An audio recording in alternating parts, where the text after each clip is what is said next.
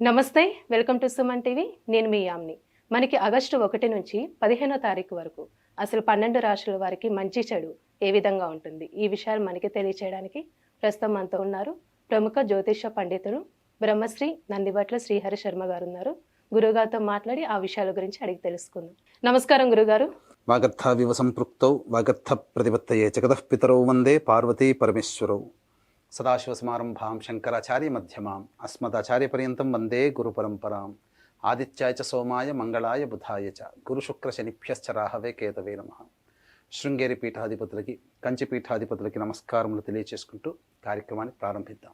గురుగారు, ఇప్పుడు ఆగస్టు 1 నుంచి 15వ తారీఖు వరకు అండి అసలు కన్యా రాశి వారికి ఏ విధంగా ఉంటుంది? ఆగస్టు 1వ తారీఖు నుంచి 15వ తారీఖు వరకు కన్యా రాశి వారికి ఏ విధంగా ఉండబోతుందో తెలుసుకునే ముందు గ్రహ సంచారం తెలుసుకుందాం. రాశిలోనే కేతు యొక్క సంచారం, సప్తమ స్థానంలో రాహువు, షష్టమందు శని వక్రీకరించి ఉండడం, అలాగే కుజ గురుల యొక్క సంచారం నవమ స్థానమందు, ఏకాదశమందు రవి సంచారము, ద్వాదశమందు శుక్రబుధ సంచారం.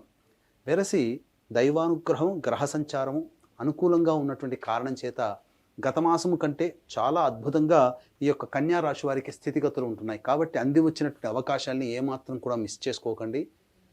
అవకాశాలని మీరు అనుమానంతో గనక చూసినట్లయితే మంచి అవకాశాలని మీరు కోల్పోతారు. కాబట్టి గ్రహ సంచారం అధికంగా ఉంది, శుభ ప్రభావం అధికంగా ఉంది, అలాగే దైవానుగ్రహాన్ని సూచించే గ్రహాల యొక్క అనుగ్రహం కూడా మీపై ఉండడం, ఈ కారణం చేత కన్యా రాశి వారికి మంచి శుభ ఫలితాలు పొందుతారని చెప్పవచ్చు. ముఖ్యంగా వివాహాది శుభకార్యాలకు సంబంధించినటువంటి ప్రయత్నాల్లో మీకు చాలా మటుకు మేలు జరుగుతుందని చెప్పవచ్చు. ముఖ్యంగా ఉద్యోగార్థులకి మంచి నూతన ఉద్యోగ అవకాశాలు కానీ, బదిలీలకు సంబంధించే ప్రయత్నాలు 16వ తారీఖు తర్వాత బదిలీలకు సంబంధించే ప్రయత్నాలు మీకు గోచరమవుతాయి. విదేశీ యానము, విదేశీ విద్యకు సంబంధించినటువంటి ప్రయత్నాల్లో విద్యార్థులకి మరియు ఉద్యోగార్థులకి శ్రమ పడితే తప్ప అనుకున్నటువంటి యూనివర్సిటీలో కానీ, అనుకున్నటువంటి సంస్థలో కానీ ఉద్యోగం లేదా సభ్యత్వం లభించదు. కాబట్టి జాగ్రత్తలు పాటించండి. ఆత్మవిశ్వాసంతో, మొక్కవని ధైర్యంతో ముందడుగు వేసినట్లయితే కన్యా రాశి వారికి ఈ యొక్క మాసంలో 1వ తారీఖు నుంచి 15వ తారీఖు వరకు అన్ని రకాలుగా శుభ ఫలితాలు పొందుతారని చెప్పవచ్చు. ముఖ్యంగా వ్యాపార రంగంలో ఉన్నటువంటి వారికి అధిక ధనాదాయం గోచరమవుతుంది. ఎఫ్ఎంసీజీ రంగంలో ఉన్నవారు, రియల్ ఎస్టేట్ రంగంలో ఉన్నవారు, కులవృత్తి, చేతివృత్తి, వ్యాపార రంగంలో ఉన్నటువంటి వారికి మంచి శుభ ఫలితాలు పొందుతారని చెప్పవచ్చు. వ్యాపార విస్తరణకు సంబంధించినటువంటి అవకాశాలు మెరుగవుతాయి. నూతన భాగస్వాముల యొక్క కలయిక కావచ్చు, లేకపోతే ఇదివరకు మీకు ఎవరైనా కానీ విడిపోయినటువంటి వాళ్ళు మళ్ళీ కలిసే అవకాశం దాంపత్యంలో కావచ్చు, వ్యాపారంలో కావచ్చు. మంచి శుభ పరిణామం మాత్రం ఈ యొక్క కన్యా రాశి వారికి 1వ తారీఖు నుంచి 15వ తారీఖు వరకు గోచరం అవుతుంది. అయితే ప్రధానంగా గమనించుకున్నట్లయితే ఏతావాత ఏ వ్యక్తికైనప్పటికీ కూడాను ప్రధానంగా 75% సమస్యలు ధనంతోనే వస్తాయి, 75% సమస్యలు ధనంతోనే తీరుతాయి. కాబట్టి ధన ప్రవాహం ఏ విధంగా ఉంటుంది, ఖర్చులు ఎప్పుడు ఉంటాయి, ఆందోళనకరమైనటువంటి జీవితం ఎప్పుడు ఉంటుందనే విషయం గురించి క్లుప్తంగా తెలియచేసుకుందాము. ముఖ్యంగా 1, 2 తారీఖుల్లో మీకు ప్రశంసల వర్షం కురుస్తుంది. అంటే మీరు చేస్తున్న వృత్తి ఉద్యోగంలో రాణింపు కానీ, అధికారుల యొక్క అనుగ్రహం కానీ, అండదండలతో మీరు మెరుగైనటువంటి స్థితిలో, ఉద్యోగ స్థితిలో ఉంటారు. 3, 4 తారీఖులో కనుక గమనించుకున్నట్లయితే అన్ని రంగాలలో ఉన్నటువంటి వారికి ధన ప్రవాహము అధికంగా ఉంటుంది. ప్రధానంగా రాని బాకీలు వసూలు అవ్వడము లేదా విశేష ధన రాబడి ఈ 3, 4 తారీఖులో గోచరమవుతుంది. 5, 6, 7 తారీఖులో కనుక చూసుకున్నట్లయితే ప్రధానంగా వ్యాపారపరమైనటువంటి నిర్ణయాలు కావచ్చు, అలాగే వివాహ సంబంధమైన విషయాలు కావచ్చు, కొంత కలత చెందే అవకాశాలు గోచరమవుతున్నాయి.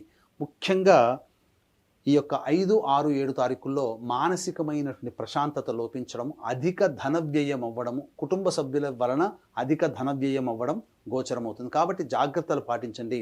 ఇంతకుముందే ప్లాన్ చేసుకున్నట్టుగా 5, 6, 7 తారీఖులో కనుక ఖర్చులు కనుక పెట్టుకుంటే చాలా మటుకు ఖర్చులను తగ్గించుకోవడమో, ఆ ఖర్చులను వాయిదా వేసుకోవడమో చేసుకోండి. ఎందుకు అంటే ఈ 5, 6, 7 తారీఖుల్లో ఆకస్మిక ధన వ్యయము కనబడుతుంది. కాబట్టి ప్లానింగ్ ప్రకారం పెట్టుకునే ఖర్చులు ఆ రోజున జరిగేటువంటి ఆ 3 రోజుల్లో జరిగే ఖర్చులు అధికంగా తోడై మిమ్మల్ని ఉక్కిరి బిక్కిరి చేస్తాయి. కాబట్టి మానసిక ప్రశాంతత లోపిస్తుంది. కాబట్టి చాలా మటుకు ఖర్చుల్ని మీరు ప్రాక్టికల్గా తగ్గించుకుంటే ప్రశాంతత మీరు పొందుతారు.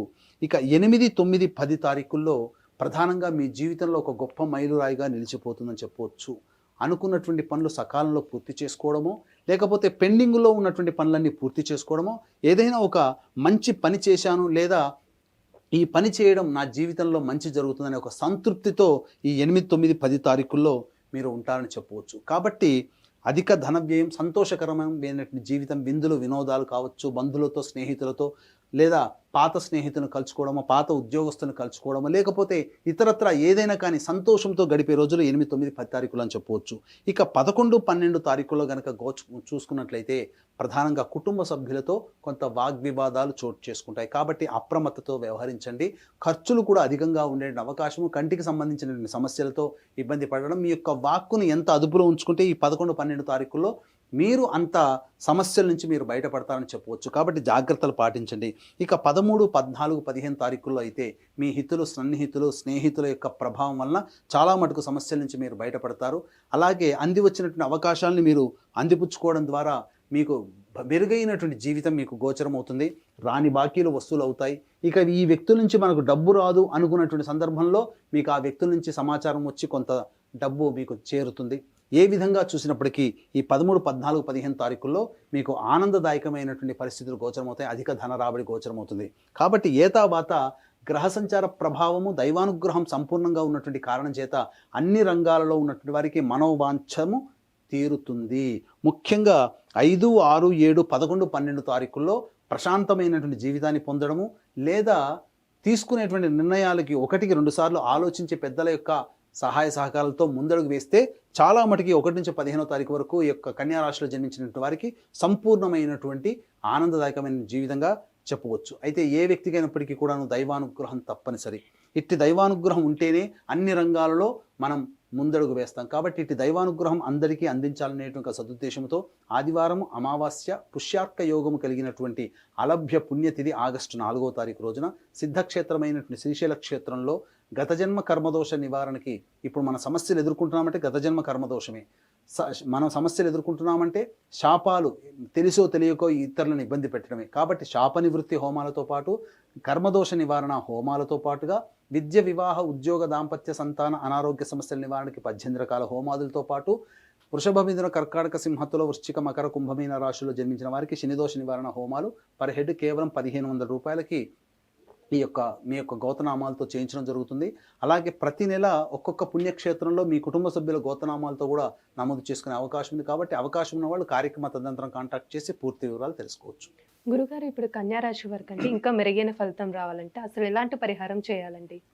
ఈ యొక్క కన్యా రాశిలో జన్మించినటువంటి వారు ప్రతిరోజు గరికతో గణపతికి అష్టోత్తర పూజ చేసి చిన్న బెల్లం ముక్క నైవేద్యంగా పెట్టండి. అలాగే కాలభైరవాష్టక పారాయణం రోజుకి 3 సార్లు పఠించినట్లయితే సాధారణంగా వచ్చే సమస్యల నుంచి మీరు బయటపడవచ్చు. ఇంకా సమస్యలు మీకు అధికంగా ఉధృతమవుతున్నాయి, బాధిస్తున్నాయంటే మీ యొక్క జాతకంలో గ్రహ దశల యొక్క ప్రభావం.